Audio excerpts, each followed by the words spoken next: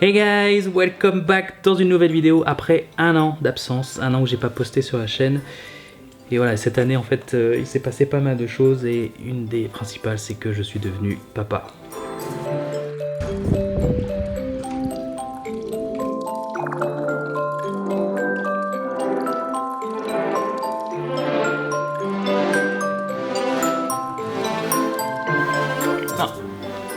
Et donc ça remplit mon cœur autant que mes journées, mais j'ai vraiment pas pu trouver le temps pour poster des vidéos en fait cette année. Surtout que je me suis lancé depuis un an et demi sur peut-être ce qui est mon plus gros projet de toute ma vie. Et ça je vous en parlerai plus tard parce que là... Bon, on a du pain sur la planche parce que c'est le 1er octobre, enfin c'est le 2 octobre, c'est le Inktober. Okay. Et après l'échec monumental de l'année dernière, cette année je me suis lancé sur un gros projet, un gros challenge. Je vais vous en parler tout à l'heure, mais ça va être mon plus grand Inktober. En tout cas, ça va être un Inktober dangereux.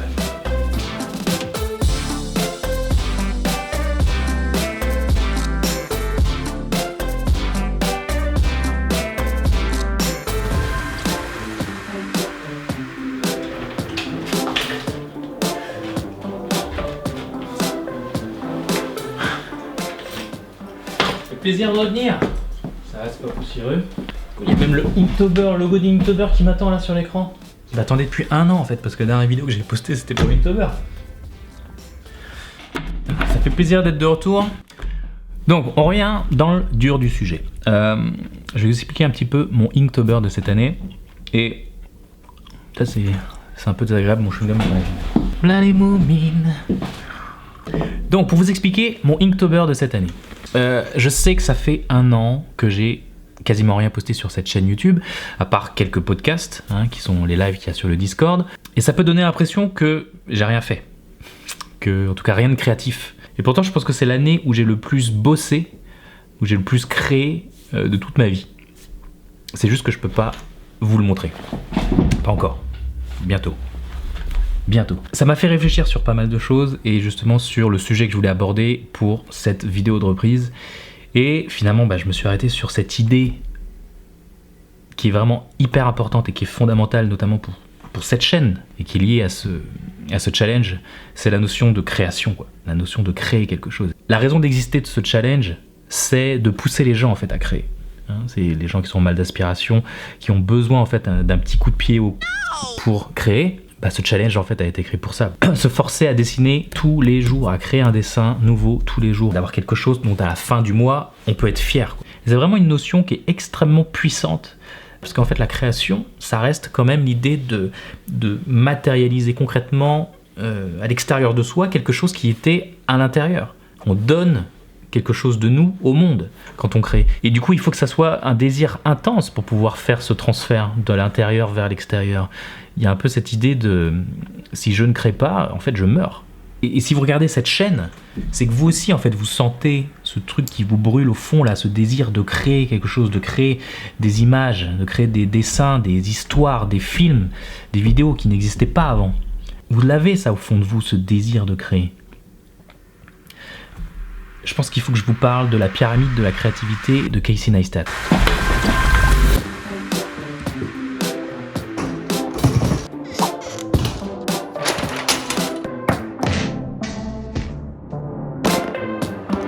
Ok, donc la pyramide de la créativité, ou de la création, c'est en fait un triangle à l'envers.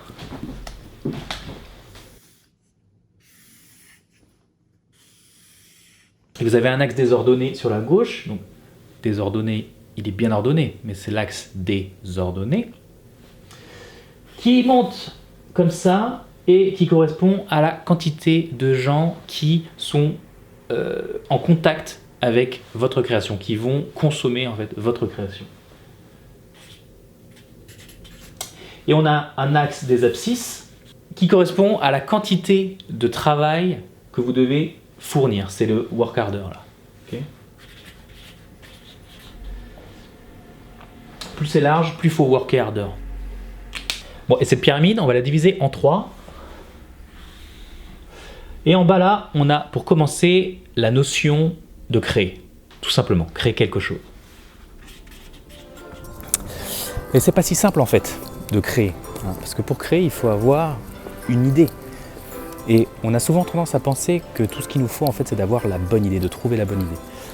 Quand j'avais commencé ma chaîne YouTube et mon site Apprendre le dessin, j'avais mis en face de moi une citation qui disait « La distance qui te sépare du rien à la bonne idée est plus courte qu'entre l'idée et sa concrétisation. » Parce que ce qui est vraiment difficile, c'est pas d'avoir la bonne idée, c'est de la mettre en application.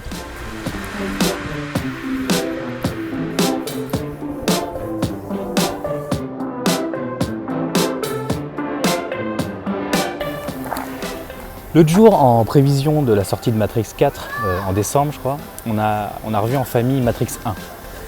Et le film est juste toujours aussi ouf.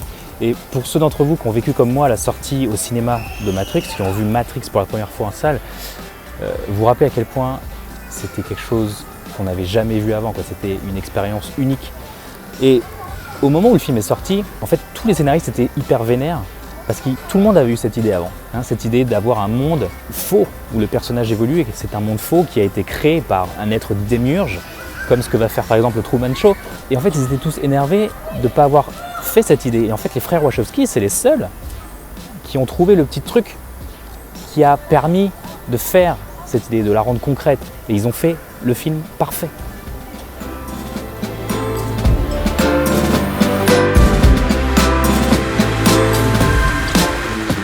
Ça, c'est simplement créer. Tu crées quelque chose qui est vu par un nombre limité de personnes. L'étape numéro 2, c'est quand ta création inspire d'autres personnes à créer.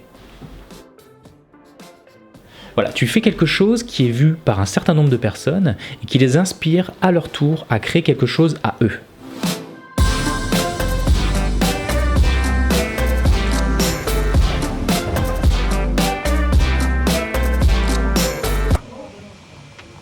Pour moi, c'est les films de Walt Disney, tu vois, c'est la découverte de Michael Jackson dans Captain EO. Alors, quand je l'ai vu, moi j'ai fait... C'est Star Wars, c'est Jurassic Park, c'est les Looney Tunes, tu vois. Quand je voyais ces films, je me disais, je vais faire des films qui fassent ressentir aux gens ce que je ressens là. C'est pour ça que j'ai pris la caméra de mon père et que j'ai fait des films. Je prenais mes petits cousins comme acteurs, des boîtes en carton de TV pour en faire des vaisseaux spatiaux, des explosions dans le jardin, première caméra vidéo pour filmer, j'avais 3 magnétoscopes pour faire le montage, rajouter la musique. C'était une usine à gaz. Et ce sentiment que j'avais quand je créais quelque chose, c'est un sentiment magique.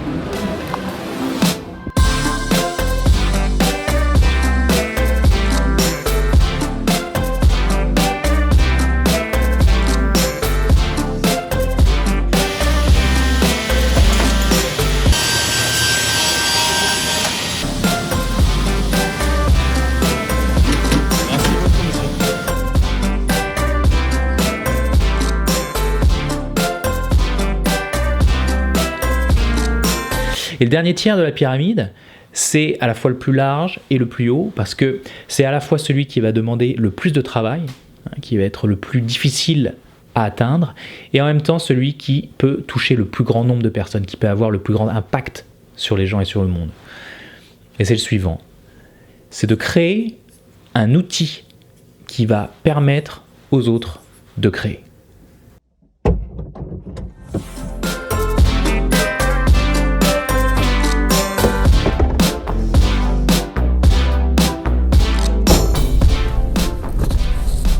En fait, c'est Apple qui a tout changé à la fin des années 90, début 2000, quand ils ont sorti leur iMac G3, je crois, celui qui était transparent, multicolore, là, on pouvait tout voir à l'intérieur.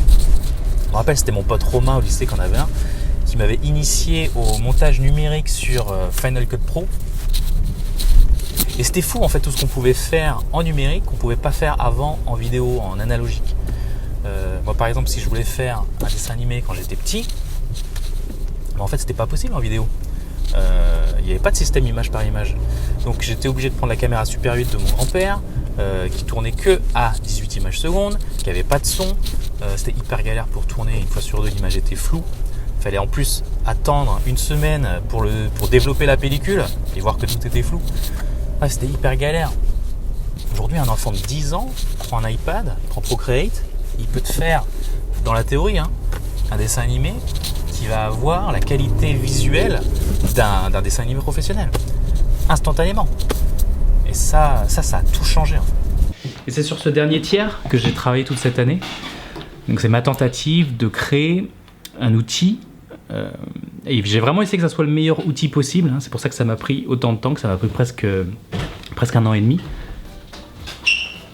Ouais, c'était ma tentative de faire un outil pour aider les autres à créer.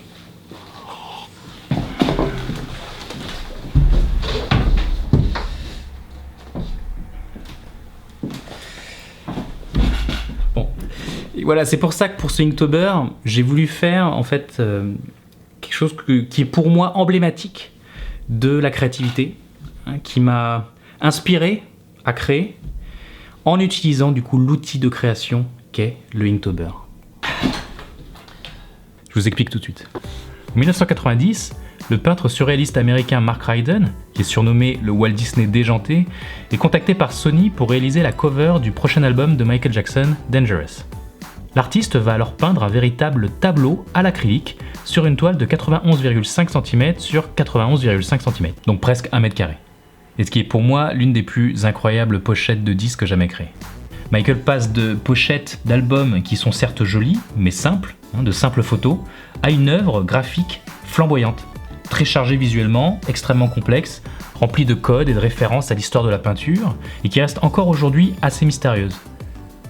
Et cet album représente une période artistique de Michael Jackson où on peut retrouver quasiment tout le spectre de la créativité artistique. C'est une période entre 90 et 93 où il touche à tous les arts. Et les arts, en fait, il y en a 7, hein, les 7 arts, vous les connaissez. On va les revoir ensemble, hein, même si c'est art. Il y a d'abord, enfin en dernier, le cinéma, et c'est le plus connu parce qu'on l'appelle justement le 7e art. Et cet album, Dangerous, touche le cinéma parce qu'il va y avoir énormément de courts-métrages musicaux qui vont être réalisés notamment par de grands réalisateurs de cinéma comme John Landis, avec qui il avait travaillé sur Thriller, David Fincher, David Lynch, John Singleton, en plus d'avoir tourné auparavant avec Scorsese, Spielberg, Lucas, Coppola, Spike Lee, Sidney Lumet, Steve Barron, qui a réalisé le clip de Billie Jean, mais qui a surtout réalisé le film des Tortues Ninja, Tortues Ninja le film. Donc c'est pas rien. Il va toucher le 6e art qui est l'art de la scène, avec évidemment le Dangerous World Tour. Le 5e art, la poésie, puisqu'il sort simultanément avec l'album un recueil de poésie intitulé Dancing the Dream. Le 4e art, c'est évident parce que c'est la musique. Le 3e art, qui est celui qui nous intéresse le plus ici, puisque c'est le dessin. Oh! L'art de klaxonner! 3e art qui est donc le dessin, la peinture, avec ce tableau donc, de Mark Ryden en acrylique. Et ce tableau il est très rarement exposé, mais il a été exposé il y a 2 ans, je crois, au Grand Palais, pour l'exposition sur Michael Jackson, et du coup j'ai eu la chance de le voir. Donc, il est très rarement exposé, mais si jamais vous avez l'occasion de le voir en exposition, n'hésitez pas, parce que c'est vraiment impressionnant de le voir en vrai, comme ça change vachement la perspective, et tu te dis, waouh, la taille du vinyle, quoi. Mais ouais, ça fait quelque chose de le voir en vrai, quoi.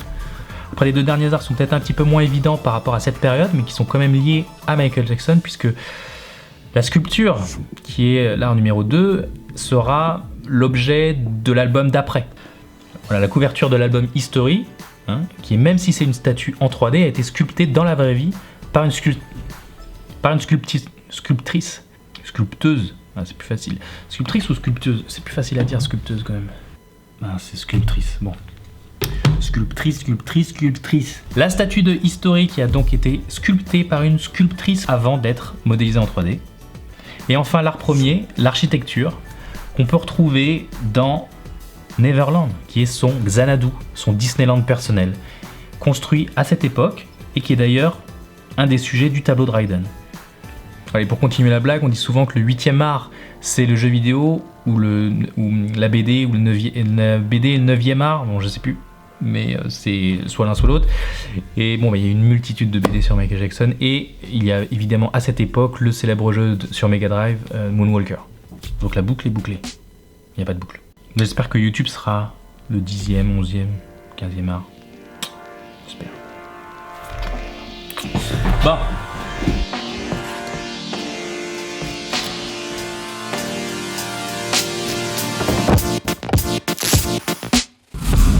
Voilà, et comme tous les ans, je me choisis un thème fil rouge, bah cette année, ça va être ça, quoi. Ça va être ce tableau, cette pochette de disques. Et je vais replacer comme ça tous les thèmes de la liste officielle de Jack Parker dans le tableau de Jackson. Et ça va être fun. Je vais redesigner un petit peu certains éléments, hein. Il y a beaucoup d'animaux, des persos, je vais les redesigner et changer certains éléments.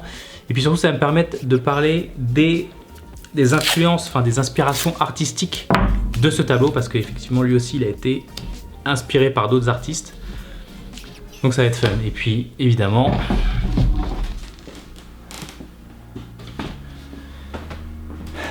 je vais le faire en taille réelle.